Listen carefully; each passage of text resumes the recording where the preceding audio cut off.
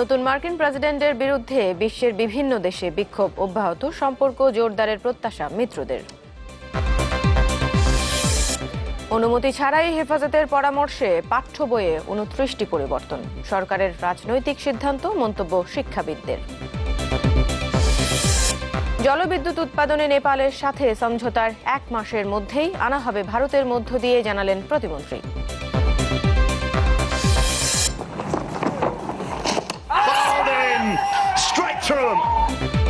Christchurch টেস্টে নিউজিল্যান্ডকে পাল্টা চ্যালেঞ্জ, বাংলাদেশের ফিল্ডারদের ক্যাচ মিসের কলঙ্ক ঢাকলেন বোলাররা।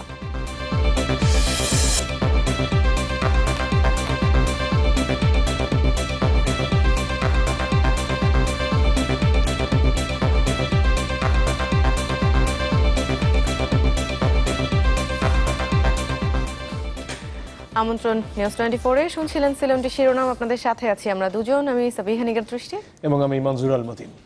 অটো ইগনিশন ও ব্রাশ বার্নার দ্বারা তৈরি আরএফএল গ্যাস স্টোভ, রান্নাঘরের সবার প্রেম।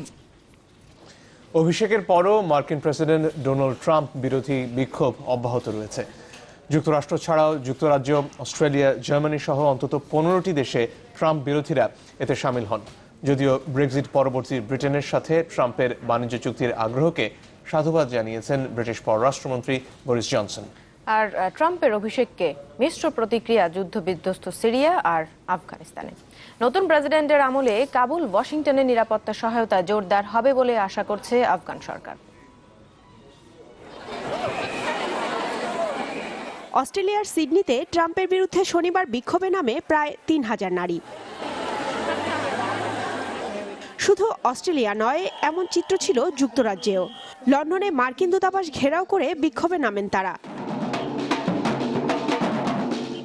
কট্টর ট্রাম্পের অভিষেকের বিরুদ্ধে নজিরবিহীন বিক্ষোভ হয়েছে জার্মানি, জাপান, ফিলিপাইন, পাকিস্তান সহ অন্তত 15টি দেশে।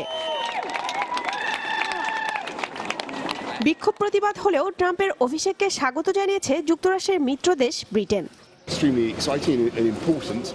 আশা করব ট্রাম্প তার প্রতিশ্রুতি মতোই বাণিজ্যের ক্ষেত্রে যে কোনো চুক্তিতে যুক্তরাজ্যকে এগিয়ে রাখবে। আর ইউরোপীয় ইউনিয়ন থেকে বেরিয়ে যাওয়ার পর তার এমন বক্তব্য আমাদের আশাবাদী করেছে।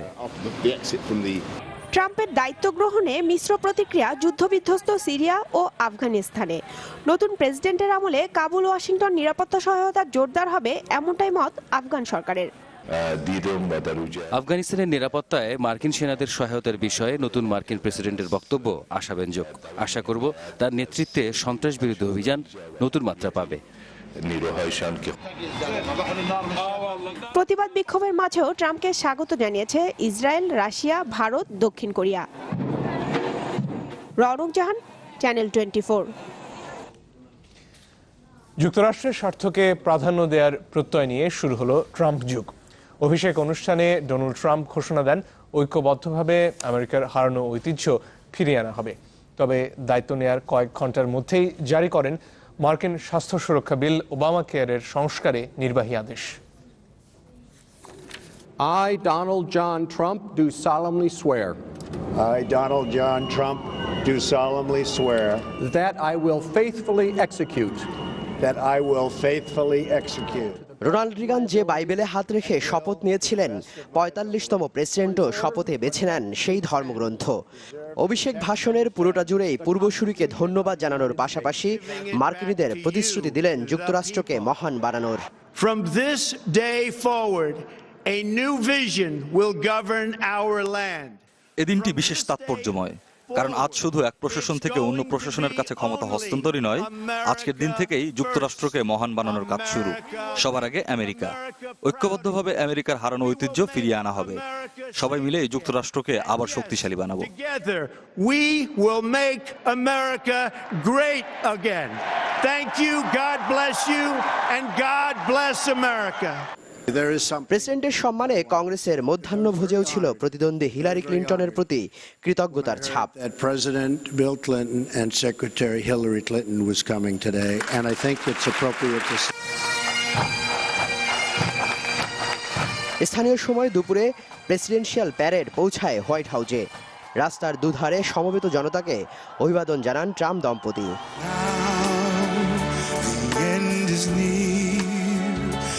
So I face এরপরই প্রেসিডেন্টের সম্মানে 3টি আলাদা অনুষ্ঠানে অংশ নেন ওবামার এই উত্তরসূরি, যেখানে সমর্থকদের ধন্যবাদ জানান তিনি। 3টি অনুষ্ঠানে স্ত্রীর সঙ্গে অংশ নেন বল ড্যান্সে। শুক্রবারই vice president Mike Pence, white হাউজের chief of staff Reince Priebus এবং শীর্ষ উপদেষ্টাদের নিয়ে ওভাল অফিসে যান নতুন মার্কিন প্রেসিডেন্ট। মার্কিন স্বাস্থ্য সুরক্ষা আইন ওবামা কেয়ারের বাধ্যবাধকতা সহজ করতে এক নির্বাহী আদেশ জারি করেছেন ট্রাম্প। ওবামা পরবর্তী যুক্তরাষ্ট্রে ট্রাম্প যুগ শুরু হলেও নজিরবিহীন বিক্ষোভ সহিংসতা চলছে যুক্তরাষ্ট্র জুড়ে। ওয়াশিংটন ডিসির এই বিক্ষোভ সহিংসতা ছড়িয়েছে নিউ ইয়র্ক সহ অনেক শহরে। আটক করা হয়েছে 250-রও বেশি বিক্ষোভকারীকে। শাকিল মাহমুদ, চ্যানেল 24। টানা 8 বছরের নিবাস, যুক্তরাষ্ট্রের শাসনভার সামলানো, সন্তানদের লালন পালন আর স্ত্রী মিশেলের সাথে একান্ত সময় কেটেছে সেখানে। সেই হোয়াইট হাউস ছেড়ে এবার ভাড়া বাড়িতে বারাক ওবামা। তবে এটিও কম আকর্ষণীয় নয়। 100 বছর ছুঁই ছুঁই বাড়িটি ভাড়া নিয়েছেন 3 বছরের জন্য।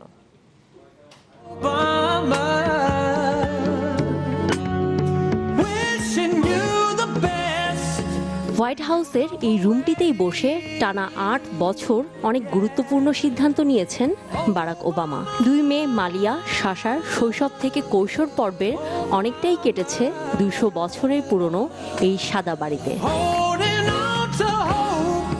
বিশ্বের সবচেয়ে ক্ষমতাধর দেশটির শীর্ষ পদ ছাড়ার পর আপাতত ওয়াশিংটনেই থাকছে ওবামা পরিবার। ছোট মেয়ে শাসার স্কুলের পড়াশোনা শেষ না হওয়া পর্যন্ত ওয়াশিংটন ডিসির কালোরামার ভাড়া বাড়িতেই থাকবেন তারা। গণমাধ্যম বলছে ওবামার নতুন ঠিকানা 2446। ডিসি ম্যানশনের বাড়িটি সাবেক প্রেসিডেন্ট বিল ক্লিন্টনের প্রেস সেক্রেটারি জো লোকহার্টের। বাড়ির ভাড়া বাবদ ওবামাকে প্রতি মাসে গুনতে হবে $22,000 মার্কিন। 1928 সালে তৈরি দৃষ্টিনন্দন বাড়িটিতে রয়েছে 9টি শোবার ঘর। পুরনো বাড়িটিকে নতুন করে সাজিয়েছেন ওবামা পত্নী মিশেল। বাড়িটি চারপাশে নিরাপত্তার জন্য নির্মাণ করা হয়েছে সীমানা প্রাচীর। আবাসিক সুবিধা ছাড়াও এই বাড়িতে মিশেল আর বারাকের কাজের জন্য বেশ কয়েকটি অফিস রুমও বরাদ্দ রাখা হয়েছে। যদিও সদ্য সাবেক হওয়া মার্কিন প্রেসিডেন্টকে প্রতিবেশী হিসেবে পেয়ে যারা খুশি হচ্ছেন, তাদের অপেক্ষা করতে হবে আরও কয়েকদিন। কারণ হোয়াইট হাউস ছেড়েই এই বাড়িতে যাচ্ছে না ওবামা পরিবার। স্ত্রীকে কথা দিয়েছিলেন দায়িত্ব ছাড়ার পর লম্বা সময়ের জন্য ঘুরতে যাবেন। আর অবকাশ যাপনের জন্য তারা বেছে নিয়েছেন ক্যালিফোর্নিয়ার পর্যটন কেন্দ্র পাম স্প্রিংসকে। পাপিয়া সুলতানা, চ্যানেল 24। ইউরোপিয়ান প্রযুক্তিতে তৈরি আনোয়ারের A1 পাইপ মাটির 1200 ফুটের বেশি গভীর পর্যন্ত চাপ নিতে সক্ষম। বছরের পর বছর পার, নো টেনশন। আনোয়ারের A1 বোরিং পাইপ, চাপের বাপ। এবার অন্যান্য খবর। 5 দিনের সুইজারল্যান্ড সফর শেষে দেশে ফিরেছেন প্রধানমন্ত্রী শেখ হাসিনা। বেলা 11টার দিকে প্রধানমন্ত্রী আর তার সফর সঙ্গীদের বহনকারী এমিরেটস এয়ারলাইন্সের বিশেষ বিমানটি হযরত শাহজালাল আন্তর্জাতিক বিমানবন্দরে অবতরণ করে। এ সময় বিমানবন্দরে তাকে স্বাগত জানান মন্ত্রিপরিষদের সদস্য সহ প্রশাসনের ঊর্ধ্বতন কর্মকর্তারা। বিশ্ব অর্থনৈতিক ফোরামের 47তম বার্ষিক সম্মেলনে যোগ দিতে গত 16 জানুয়ারি সুইজারল্যান্ডের দাভোসে পৌঁছান প্রধানমন্ত্রী।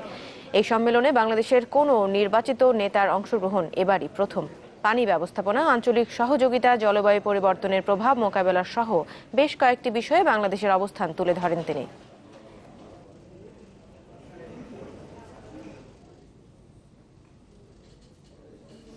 জাতীয় শিক্ষাক্রম ও পাঠ্যপুস্তক বোর্ড এনসিটিবির সম্পাদক মণ্ডলীর অনুমতি ছাড়াই হেফাজতে ইসলামের পরামর্শে 29টি পরিবর্তন আনা হয়েছে প্রাথমিক আর মাধ্যমিকের বইয়ে। তবে এ নিয়ে মুখ খুলতে নারাজ শিক্ষাক্রম ও পাঠ্যপুস্তক বোর্ড। শিক্ষাবিদরা বলছেন এই পরিবর্তন সরকারের রাজনৈতিক সিদ্ধান্ত। হাসনাত রাব্বির রিপোর্ট।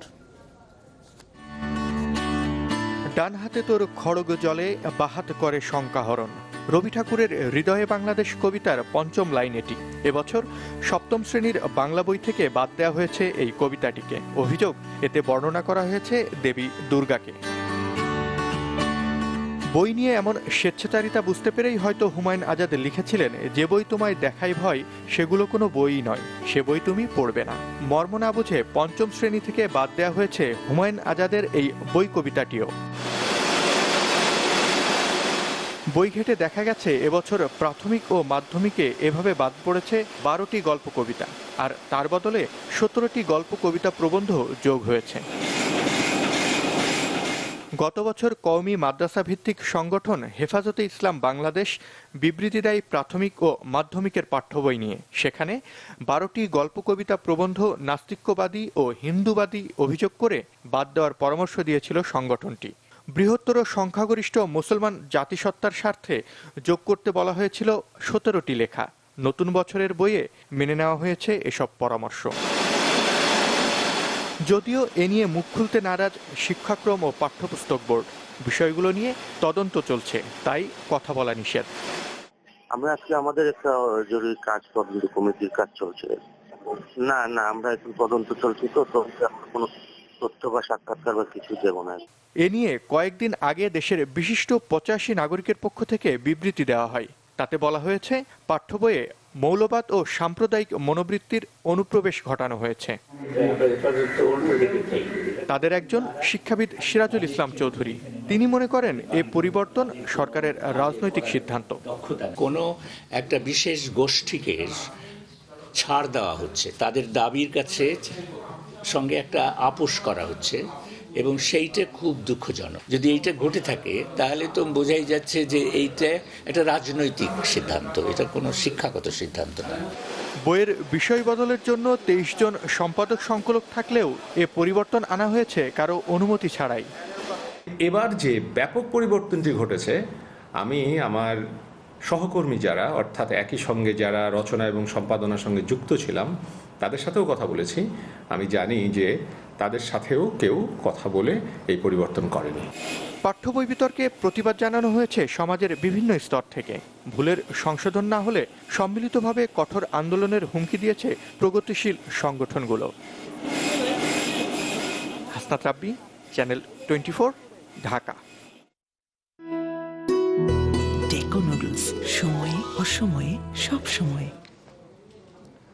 নেপালে জলবিদ্যুৎ উৎপাদনে দেশটির সাথে মাসখানেকের মধ্যেই সমঝোতা স্মারক সই হবে, এমনটাই জানিয়েছেন বিদ্যুৎ, জ্বালানি ও খনিজ সম্পদ প্রতিমন্ত্রী নসরুল হামিদ।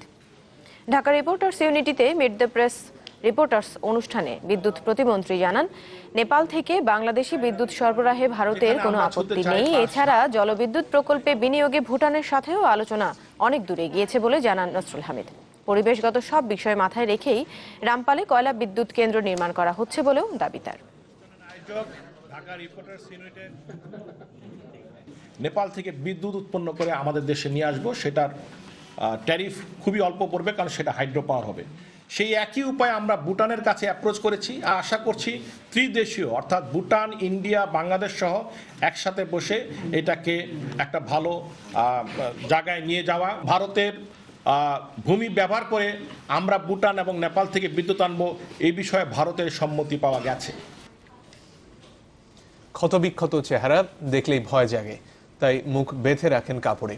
সাতক্ষীরার শ্যামনগরের হাসমত সর্দার 22 বছর আগে বাঘের থাবা থেকে প্রাণে বাঁচলেও বয়ে চলেছেন এক বিভীষিকাময় জীবন। তবে অনেক দেরিতে হলেও উন্নত চিকিৎসার জন্য একটি বিদেশি টিভি চ্যানেলের কয়েকজন সাংবাদিক তাকে নিয়ে আসেন ঢাকা মেডিকেলে। চিকিৎসকরা বলছেন, সফল অস্ত্রোপচারের মাধ্যমে হাসমতের চেহারা স্বাভাবিক আদলে ফিরিয়ে আনা সম্ভব। জিনিয়া কবির সূচনার রিপোর্ট, ক্যামেরায় ছিলেন শাফিন আহমেদ তপন। হাসমত সর্দার, শিশুরা তো বটেই, বড়রাও তার চেহারা দেখলে ভয়ে আটকে ওঠেন। তাই মুখের বাম পাশটা সবসময় বেঁধে রাখেন ছোট রুমাল কিংবা গামছায়। 1995 সালের এক রাতে সুন্দরবনে মাছ ধরতে গিয়ে বাঘের থাবায় একেবারে ক্ষতবিক্ষত হাসমতের মুখের বাম পাশটা। চিরতরে নষ্ট হয়ে যায় বাম চোখটাও। 18 বছর বয়সে সেই দুঃসহ অভিজ্ঞতার কথা বলতে গিয়ে আজও শিউরে ওঠেন হাসমত। সীমান্ত এলাকায় এসে এক খালে ঢুকি, ওইখানে ছিলাম রাত্রি। এখন খেলাধুলো করতে করতে রাত 4টের দিকে শোয়েছি। শোয়ার পরে বাঘ আস্তে আস্তে এসে মুখে হাত তুলি দিয়ে এরকম হাত দিয়েছে, দিয়ে আমার মুখে হাত দিয়েছে। আমার খেতা মুখ দেওয়া ছিল, হাত দিলি এজন আমি মনে করলাম যে সাইডের লোক হাত দিয়েছে। এখন হাঁস ফেলাই দিয়ে আমি খেতা ফেলাই দিয়ে খাইতে শোলাম। সবার সাথে সাথে দেখলাম হাতা গাড়াই দিয়েছে, দিয়ে টান দিয়ে ওকে গার পথে নিয়ে যাচ্ছিল। এখন বাঘ ফট করে নদীতে পড়ে গেছে। ওই মাছ কিনে নিয়ে বিক্রি করি অতি জীবন যাপন করে। দুর্ঘটনার পরে স্থানীয়ভাবে চিকিৎসা হয় হাসমতের। এতে উপকারের চেয়ে ক্ষতিই হয়েছে বেশি। বাঘের থাবা থেকে বাঁচলেও জীবন হয়ে ওঠে দুর্বিষহ। কোনো জায়গায় রাখিনি, শ্যামনগরে নিয়ে নি, সাতক্ষীরাও নিয়ে নি, সোজা খুলনার থেকে আসি। খুলনাতে আইসি, ওখানে চিকিৎসা হয়েছে 1 বছর। হওয়ার পরে ওই বডির এখানতে চামড়া কাটি এটা লাগাইছিল, এই চামড়াটা এখানে চামড়া লাগাইছিল, এখানে লাগাইছিল, তারপর এখানে লাগাইছিল, কিন্তু সেটা দাঁড়ায়নি। সম্প্রতি খোঁজ পেয়ে একটি বিদেশি চ্যানেলের কয়েকজন সাংবাদিক উন্নত চিকিৎসার জন্য তাকে নিয়ে আসেন ঢাকা মেডিকেল হাসপাতালের বার্ন ইউনিটে। হামলার শিকার হবার পর একদম কাছের মানুষ ছাড়া কেউ তার মুখ দেখেনি। সব সময় তার প্রাণান্ত চেষ্টা নিজেকে লোকচোখের আড়ালে রাখা। আমি তো দেখছি মাত্র 2-1 দেখছি আমার জীবনে। আমি এখানে এসে যা দেখলাম এত বেশি আমি কোনোদিন দেখিনি। হ্যাঁ, দেখতে আর ও বাড়িতে কোনো সময় মুখ খোলে না। হাসমতের সুস্থ হয়ে ওঠার ব্যাপারে আশাবাদী ঢাকা মেডিকেল হাসপাতালের বার্ন ইউনিটের প্রধান সমন্বয়কারী ডাক্তার সামন্তলাল সেন। তার প্রত্যাশা, বৃক্ষ মানব নামে খ্যাত আবুল বাজানদারের মতো বাঘের থাবা থেকে বেঁচে আসা হাসমতের চিকিৎসাতেও আসবে সাফল্য। যে আমাদের প্রাথমিক যে ধারণাটা যে এই রোগীটার বেশ কয়েকটা অপারেশন লাগবে, একটা অপারেশনে হবে না, কারণ তার মুখের একদিক নাই, তার একটা চোখও নাই, কিন্তু একটা চোখ শুধু আছে। আমরা এই জায়গাটাকে ভরাট করতে হবে, মানে অন্য জায়গা থেকে মাংস এনে জায়গাটাকে প্রথমে এটাকে মাংস দিয়ে ভরাট করার পরে তখন আমরা সৌন্দর্য বর্ধনের জন্য চোখ বানাইতে হবে, নাক ঠিক করতে হবে, এইগুলো সিরিজ অফ অপারেশন। জিনিয়া কবির সূচনা, চ্যানেল 24, ঢাকা। এবারে স্ক্যান সিমেন্টের সৌজন্যে নিউজিল্যান্ড বাংলাদেশ সিরিজের খবর।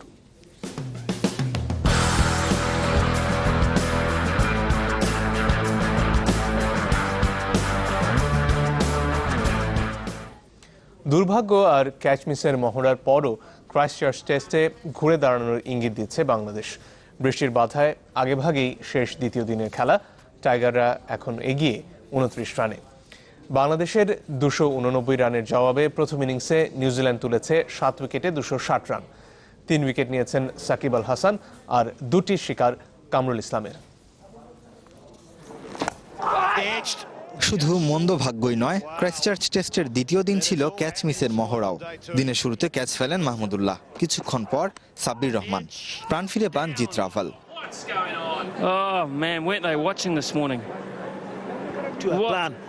দ্বিতীয় সেশনে হেনরি নিকোলস কিংবা রস টেলররা জীবন পেয়েছেন নাজমুল হোসেন, কামরুল ইসলামদের তৎপরতার অভাবে। তবে ফিল্ডারদের এত ভুলের মাসুলটা দিন শেষে বড় হয়নি বাংলাদেশের, হতে দেননি সাকিব আল হাসান। শেষ বিকেলের গল্পটা নিজের মতো করে লেখেন সাকিব। নিকোলস সেন্টনারের জুটি ভেঙেছেন 29 করা সেন্টনারকে ফিরিয়ে। এরপর দারুণ ডেলিভারিতে তুলে নিয়েছেন বিজে ওয়াটলিং আর কলিন গ্র্যান্ডহোমকে।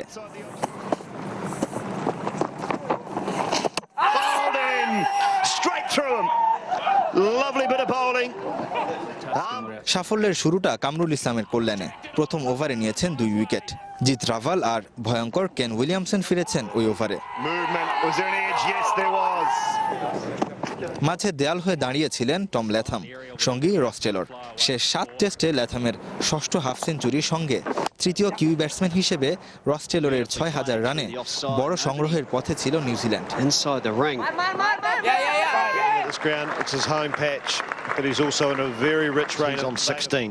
দুজনের 106 রানের জুটিতে বাদ সাধেন তাসকিন। ল্যাথামের বিদায়ের পর বেশিক্ষণ টিকতে পারেননি টেলরও।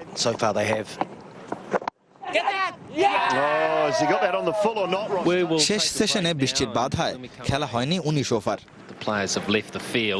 শেষ বিকেলে সাকিব ঝলকে ম্যাচে ফিরেছে বাংলাদেশ। এ প্রত্যাবর্তন পূর্ণতা পাবে যদি তৃতীয় দিন প্রথম সেশনের 1 ঘন্টার মধ্যেই নিউজিল্যান্ডকে অল আউট করা সম্ভব হয়। রেদন শুয়েব, চ্যানেল 24, হেগলি ওভাল, নিউজিল্যান্ড। বিরতি নিচ্ছে আর ফিরে আসার পর দেখবেন চিকিৎসার খরচ জোগাতে না পেরে মেহেরপুরে 2 সন্তান এবং নাতির মৃত্যু চেয়ে আবেদন, সহায়তার আশ্বাস প্রশাসনের।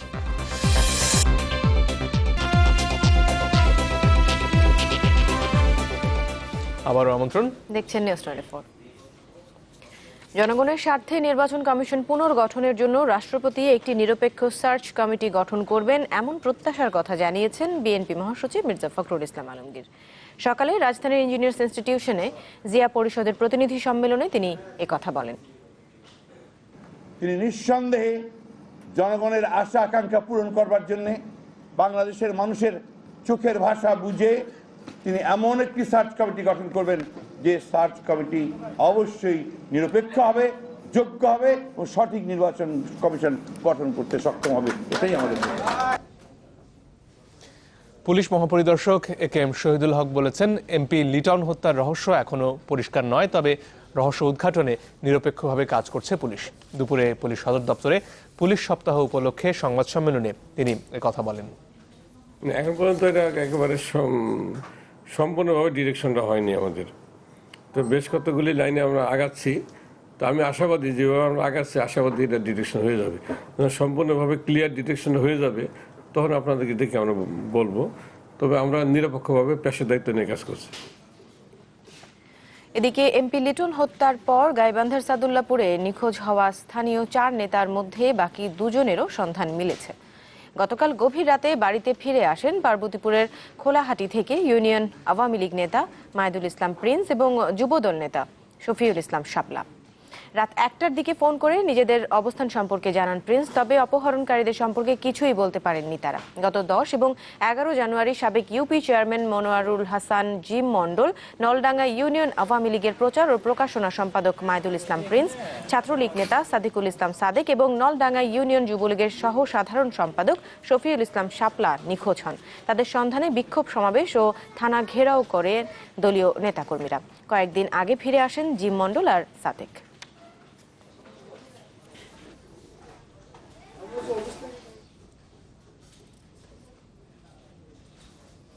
ডুশেন মাস্কুলার ডিস্ট্রফি বিরল এই রোগে ধীরে ধীরে জীবনী শক্তি হারিয়ে ফেলছেন, যাতে আক্রান্ত মেহেরপুরের একই পরিবারের 3 শিশু।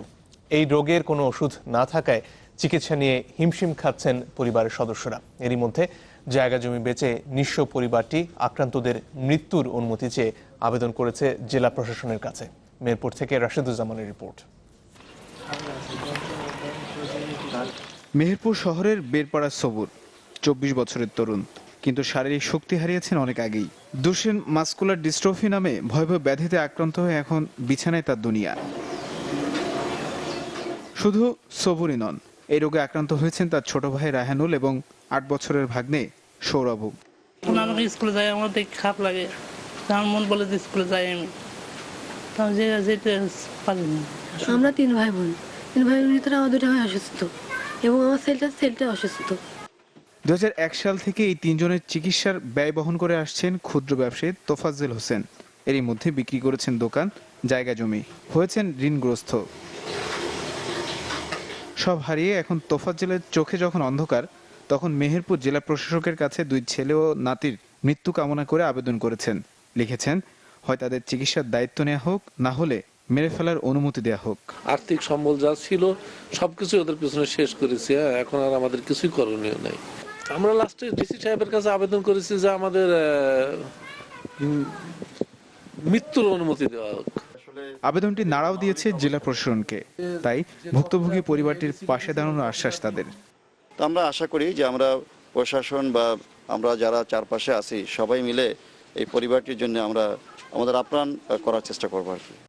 এখনো এই রোগের ওষুধ আবিষ্কার হয়নি। বিজ্ঞানীরা বলছেন মূলত মায়ের মাধ্যমে এই রোগে আক্রান্ত হচ্ছে শিশুরা, যেখানে ছেলেরা আক্রান্ত হয়। 5 থেকে 10 বছর বয়সে এটা মাসেল দুর্বলতা দিয়ে মেইনলি উঠে দাঁড়ানো বা হাত উপরে তুলে যেসব কাজ করা, সেগুলো সে করতে পারে না। আর এই রোগের আরও কিছু আমাদের শরীরের মাংস ছাড়াও, যেমন হার্টও একটা মাংস, সেখানেও কিছু কার্ডিওমায়োপ্যাথি আমরা বলি এটা করে, এবং এটাও একটা মৃত্যুর জন্য অন্যতম কারণ আর কি। 1860 সালে ফ্রান্সের এক নিউরোলজিস্ট এই রোগ আবিষ্কার করেন। পরে তিনি গবেষণায় দেখতে পান এটি একটি জিনগত রোগ। একসময় অল্প স্বল্প বিস্তার থাকলেও পরবর্তীতে বিশ্বের বিভিন্ন দেশেই কম বেশি মিলেছে এই রোগে আক্রান্ত মানুষ। Desk report, channel 24। একটা বিরতি নিচ্ছি, ফিরে এসে থাকছে।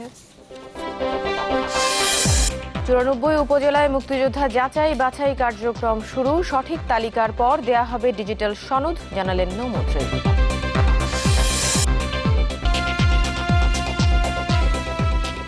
আবারও ফিরে এলাম, আপনারা দেখছেন নিউজ 24। টঙ্গীর তুরাগ তীরে বিশ্ব ইজতেমার শেষ পর্বের দ্বিতীয় দিন আজ।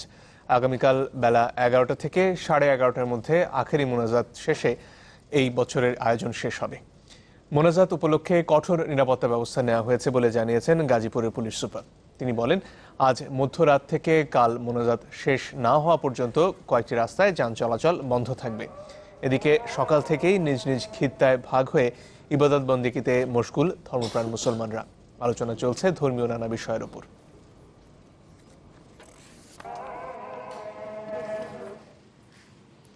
মানসিক সুস্থতা ছাড়া দেশের উন্নয়ন সম্ভব নয়, তাই নতুন প্রজন্মকে সুস্থভাবে গড়ে তোলার তাগিদ দিলেন ঢাকা বিশ্ববিদ্যালয়ের উপাচার্য অধ্যাপক আ.ম.স. আরিফিন সিদ্দিক। আর ঢাকা ইউনিভার্সিটি অ্যালামনাই অ্যাসোসিয়েশনের সভাপতি এ.কে আজাদ বলেছেন, ঢাকা বিশ্ববিদ্যালয়ের বিভিন্ন সমস্যার সমাধানে একসাথে কাজ করতে হবে। বিশ্ববিদ্যালয়ের মনোবিজ্ঞান বিভাগের আধুনিক ল্যাব উদ্বোধন অনুষ্ঠানে এসব কথা বলেন তারা। এ সময় বিভাগের নতুন ক্লাসরুম তৈরির জন্য আর্থিক সহযোগিতা প্রদানের কথা জানান এ.কে আজাদ। ইউনিভার্সিটি অ্যালামনাই অ্যাসোসিয়েশনের গর্বের মতো, গর্ব করার মতো আমরা সবাই মিলে শুধু মনোবিজ্ঞান নয়, এই বিশ্ববিদ্যালয়ের সকল বিভাগ, সকল ইনস্টিটিউট, সকল ভবনটি আমরা একবিংশ শতাব্দীর যে চাহিদা, সেই চাহিদার পূরণের লক্ষ্যে এগিয়ে নিয়ে যাব। ঢাকা বিশ্ববিদ্যালয় এখনো তার গৌরব হারায়নি। আমি মনে করি আমাদের অ্যালামনাই হিসেবে দায়িত্ব হচ্ছে শিক্ষার মান এগিয়ে নেওয়া, আর যে সমস্যাগুলো আমাদের সামনে আসছে সেই সমাধান করা। দেশের 94টি উপজেলায় শুরু হয়েছে মুক্তিযোদ্ধা যাচাই বাছাই কার্যক্রম। প্রতি শনিবারের এই কার্যক্রম চলবে আগামী 18 ফেব্রুয়ারি পর্যন্ত। এদিকে নৌপরিবহন মন্ত্রী শাহজাহান খান জানিয়েছেন, 1 লাখেরও বেশি ভুয়া মুক্তিযোদ্ধাকে বাদ দিয়ে সঠিক তালিকা তৈরির পর সবাইকে ডিজিটাল সনদ দেয়া হবে। প্রায় 2 বছর বন্ধ থাকার পর আবারও শুরু হলো মুক্তিযোদ্ধা যাচাই বাছাই কার্যক্রম। শনিবার সকাল থেকে গেজেটভুক্ত মুক্তিযোদ্ধাদের ডেকে জিজ্ঞাসাবাদ করেন উপজেলা নির্বাহী কর্মকর্তা ও মুক্তিযোদ্ধা কমান্ডাররা। চাওয়া হয় প্রমাণের নথি। আমরা কোথায় যুদ্ধ করেছি, কখন যুদ্ধ করেছি, কোন কমান্ডারের অধীনে যুদ্ধ করেছি, আর ট্রেনিংটা কতদিন চলছিল, আমরা কি কি অস্ত্র সরবরাহ করেছি, অস্ত্রগুলো কোথায় কিভাবে জমা দিয়েছি, এর একটা প্রক্রিয়া। আমরা খুব কষ্ট পাই, ভুয়া কথাটা যেন না থাকে, এটাই আমার প্রত্যাশা জাতির কাছে এবং যারা আজকে যাচাই বাছাই করবে তাদের কাছে আমার প্রত্যাশা। তবে ফেনীর ফুলগাজীতে কমিটির বেশিরভাগ সদস্য হাজির না থাকায় কাজ হয়নি যাচাই বাছাইয়ের। এতে ক্ষোভ জানান মুক্তিযোদ্ধারা। আজকে আমাদের নির্ধারিত তারিখ ছিল, এখানে যাচাই বাছাই হবে, ওই মোতাবেক আমরা আসছিলাম, কিন্তু কিছুই হচ্ছে না। এখানে যারা মুক্তিযোদ্ধা হওয়ার জন্য অনলাইনে অ্যাপ্লিকেশন দিয়েছিলেন তাদের লিস্ট নেই, এমন তারা কিছুই জানে না। এদিকে মাদারীপুরে এক অনুষ্ঠান শেষে নৌ পরিবহন মন্ত্রী শাহজাহান খান জানিয়েছেন, ভুয়া মুক্তিযোদ্ধাদের বাদ দিয়ে সঠিক তালিকা তৈরির পর সবাইকে ডিজিটাল সনদ দেয়া হবে। আমরা চেষ্টা করছি যাতে প্রকৃতপক্ষে যারা মুক্তিযোদ্ধা তাদেরকে তালিকাটা সঠিক করে ডিজিটাল পদ্ধতিতে আমরা সার্টিফিকেট দেব। আগামী 18 ফেব্রুয়ারি পর্যন্ত প্রত্যেক শনিবার চলবে এই কার্যক্রম। নাদিম হোসেন, চ্যানেল 24। সময় হলে আবারও বিরতি, আর ফিরে আসার পর দেখবেন কাশ্মীরে সেনা ক্যাম্পে হামলার পরিকল্পনার দায়ে লস্কর-ই তৈয়বার 3 জঙ্গির ফাঁসির আদেশ। আপিলের কথা জানিয়েছেন আইনজীবী।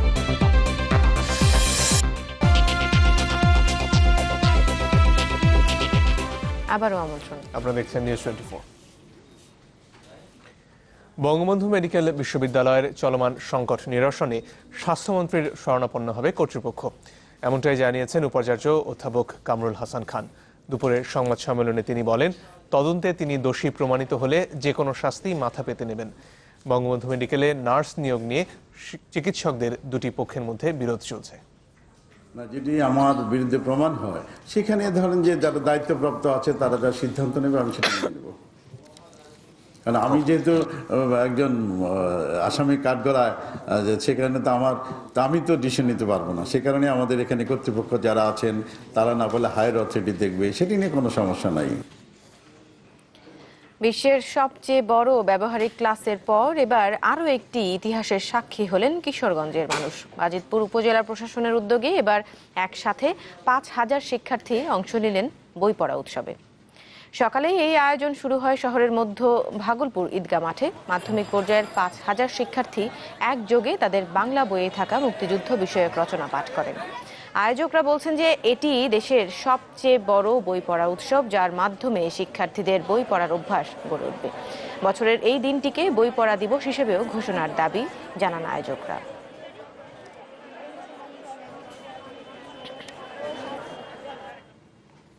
আবারও দেশের বাইরের খবর জানাবো।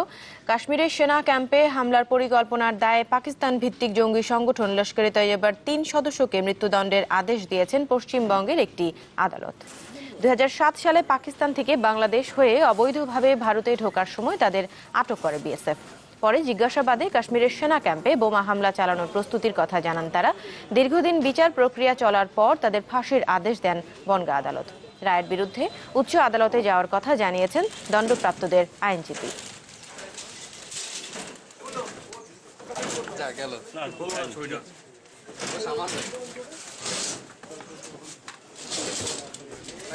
আমরা শেষ করব নিউজ 24। তার আগে শিরোনামগুলো আরেকবার।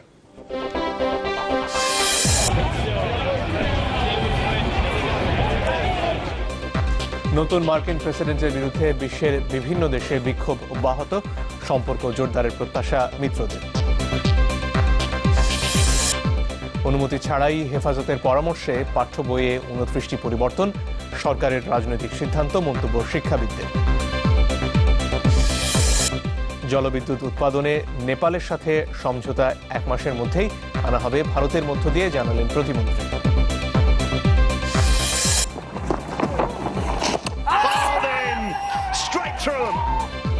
ক্রাইস্টচার্চ টেস্টে নিউজিল্যান্ডকে পাল্টা চ্যালেঞ্জ বাংলাদেশের, ফিল্ডারদের ক্যাচ মিসের কলঙ্ক ঢাকলেন বোলাররা। দেখছিলেন সিলনটি শিরোনাম, এই ছিল নিউজ 24। ধন্যবাদ সবাইকে।